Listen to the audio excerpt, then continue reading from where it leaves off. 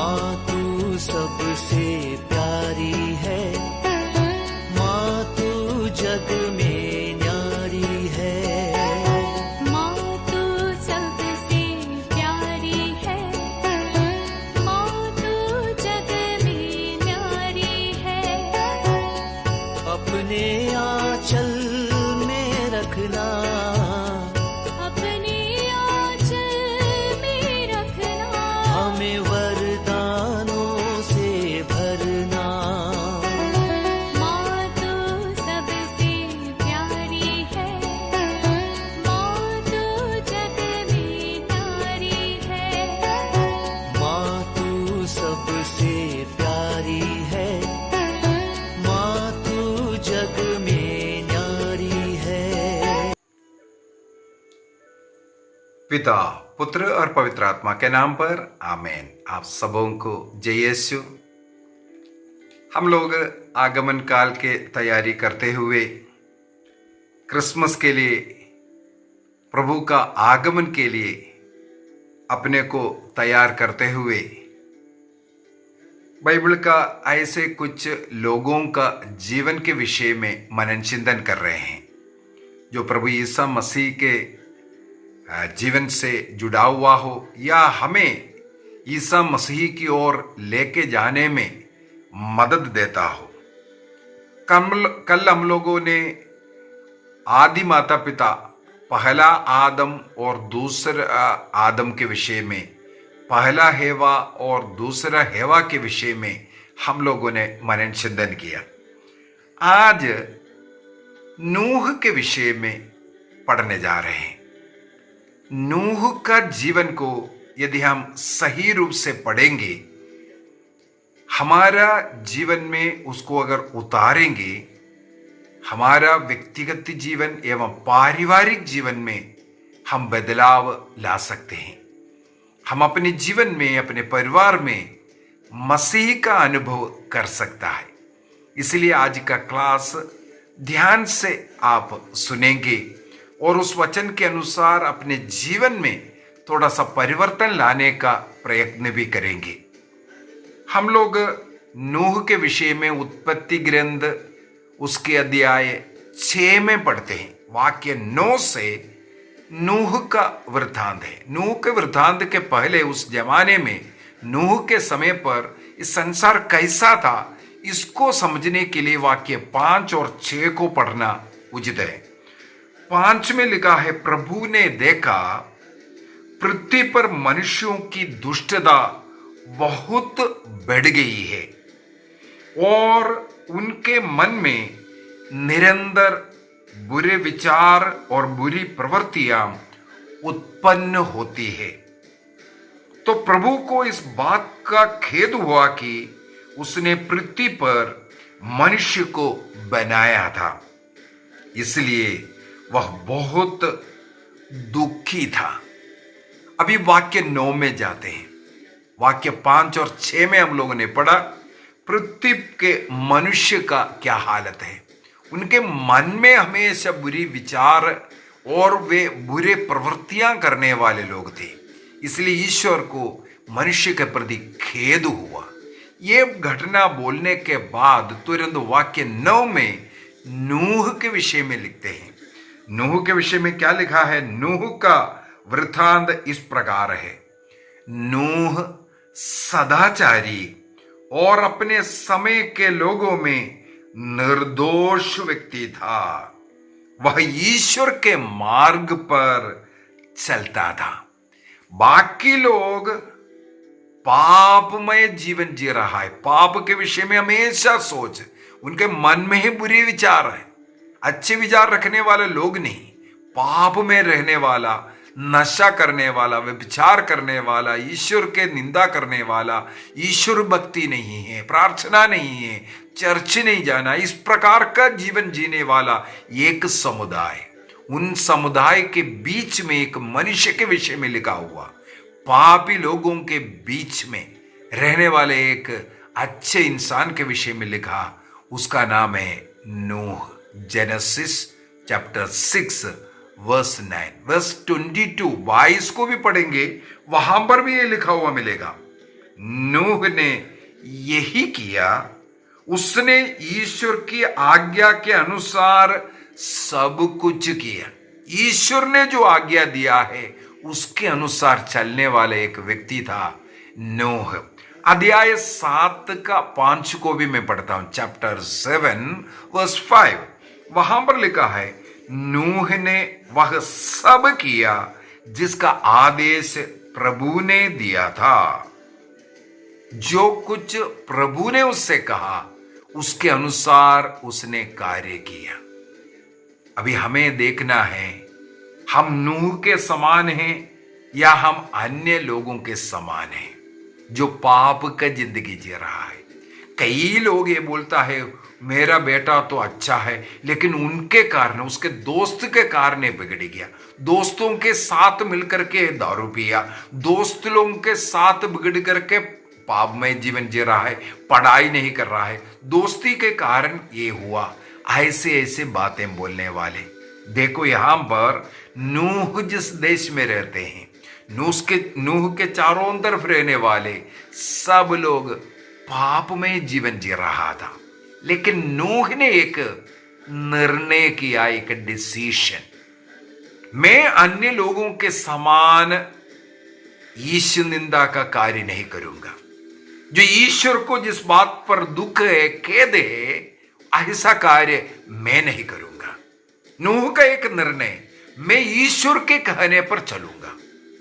ईश्वर को क्या इच्छा है? एफेसियों का पत्र अध्याय 5 वाक्य 10, वहां पर लिखा है, आप पता लगाते रहो ईश्वर को कौन सी बातें प्रिय है।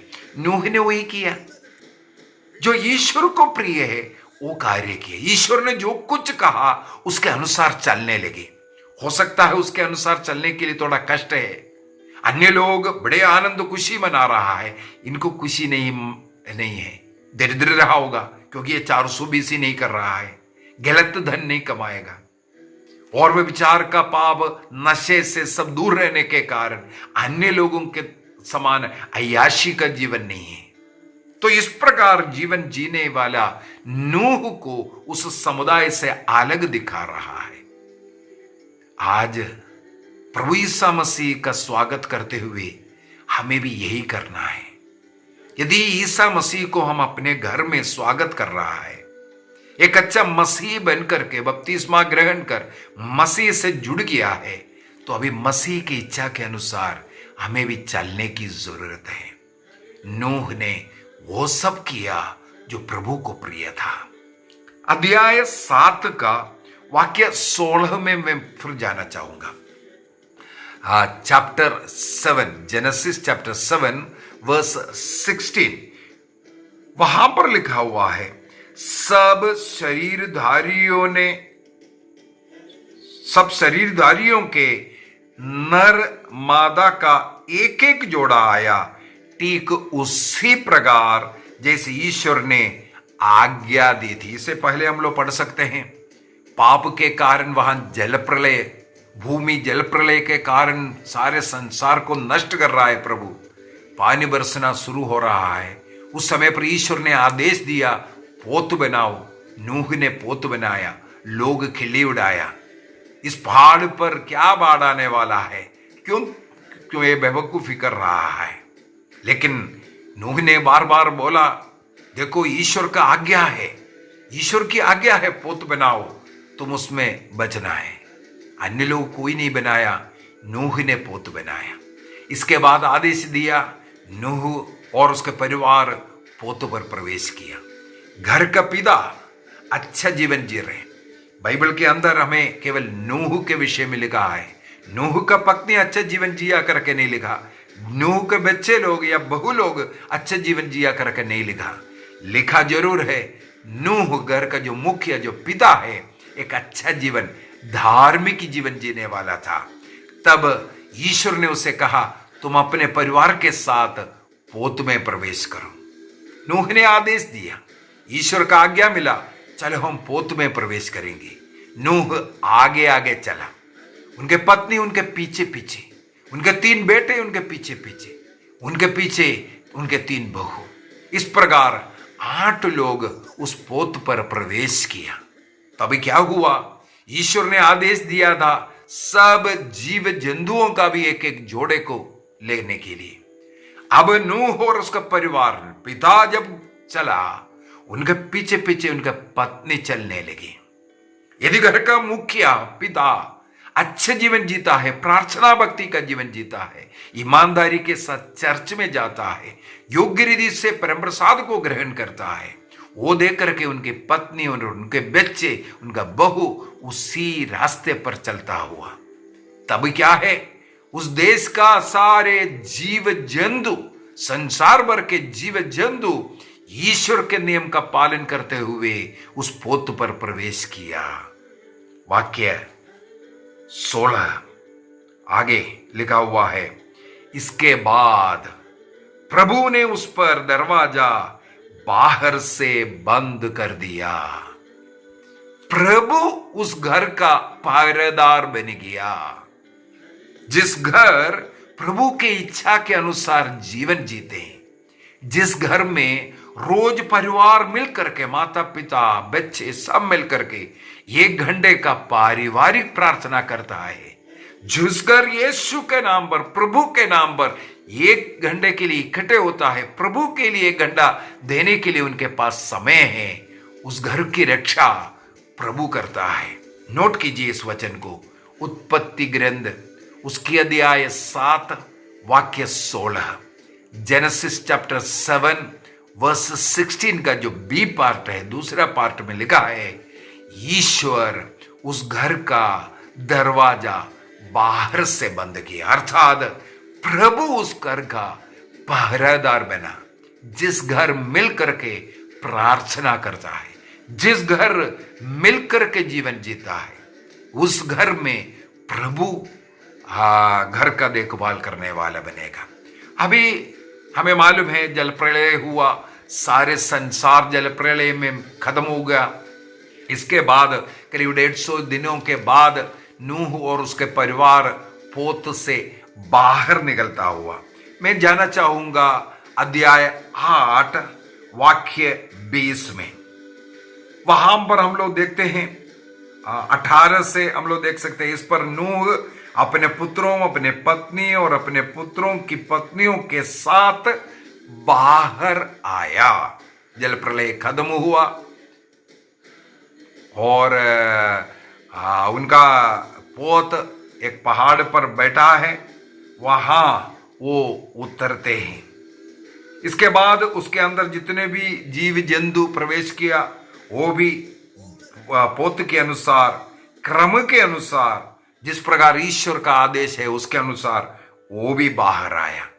जब बाहर निकला करीब 150 दिनों के बाद, तब नूह ने क्या कार्य किया? वाक्य 20 में, जेनेसिस चैप्टर 9 वर्स 20, वहां पर लिखा है, नूह ने प्रभु के लिए एक वेदी बनाई और हर प्रकार के शुद्ध पशुओं और पक्षियों में से कुछ को चुनकर वेदी पर उनका होम चढ़ाया। यही कार्य हम अपने जीवन में नहीं करते हैं। नूह उस जल प्रलय से बचा, अपने परिवार को ईश्वर ने बचाया। करीब 150 दिनों तक संसार भर में जो पानी भरा हुआ था, पूरे संसार उस पानी में डूब गया, मर गया। नूह और उसके परिवार बच गया। पानी जब उतरने के बाद नूह उस पोत से बाहर निकलते हैं और सबसे पहले ईश्वर को धन्यवाद देते हुए उन्होंने एक बलिवेदी बनाया और उस पर होम अर्पित किया। हमारे जीवन प्रभु के लिए एक होम बनाना है। हमारे जीवन में पाए हुए आशीषों, कृपाओं के लिए धन्यवाद देना है। हमारा परिवार इस प्रकार वेदी से जुड़ा हुआ जीवन जीना चाहिए। नूह हमारे लिए एक उदाहरण बनकर दे रहा है। हम यदि बपतिस्मा के द्वारा प्रभु ईसा मसीह से जुड़ा हुआ है, हर काम के लिए, हर चीजों के लिए प्रभु को धन्यवाद देते हुए निरंतर स्तुति करने का आदत, हर रोज उस दिन के लिए प्रभु को धन्यवाद देने के लिए परिवार मिल करके, परिवार की उस वेदी के चारों अंदर इकट्ठा होकर प्रार्थना करना, धन्यवाद अर्पित करना। नूह पोत से निकल करके सबसे पहले प्रभु के लिए वेदी बनवाया। हमारे घर में प्रभु के लिए धन्यवाद का एक वेदी होना है। उस वेदी के सामने परिवार मिलकर के रोज प्रार्थना करना है, रोज बाइबल पढ़ना है, बाइबल को समझना है, बाइबल को सुनना है, बाइबल को जीना है। इस प्रकार का जीवन जीने का एक निर्णय आज हम करेंगे। आइए हम अपनी आंखों को बंद करें, प्रभु को धन्यवाद दें। नूह आज हमें सिखा रहा है प्रभु के वेदी से जुड़ना सीखना है, प्रभु में आश्रित रहना सीखना है, प्रभु का जो कुछ आदेश है उस आदेश के अनुसार चलना सीखना है। एक निर्णय कीजिए, मैं और मेरा परिवार रोज प्रभु को धन्यवाद देते हुए, प्रभु की स्तुति आराधना करते हुए 1 घंटे का पारिवारिक प्रार्थना करेंगे। 24 घंटा प्रभु ने हमें दिया। 8 घंटा हो सकता है आप नौकरी कर रहा होगा, मेहनत खेतीबाड़ी कर रहा होगा, आपके पास इसके बाद अभी भी 16 घंटा बाकी है। क्या 1 घंटा प्रभु के नाम पर परिवार इकट्ठा नहीं बैठ सकता?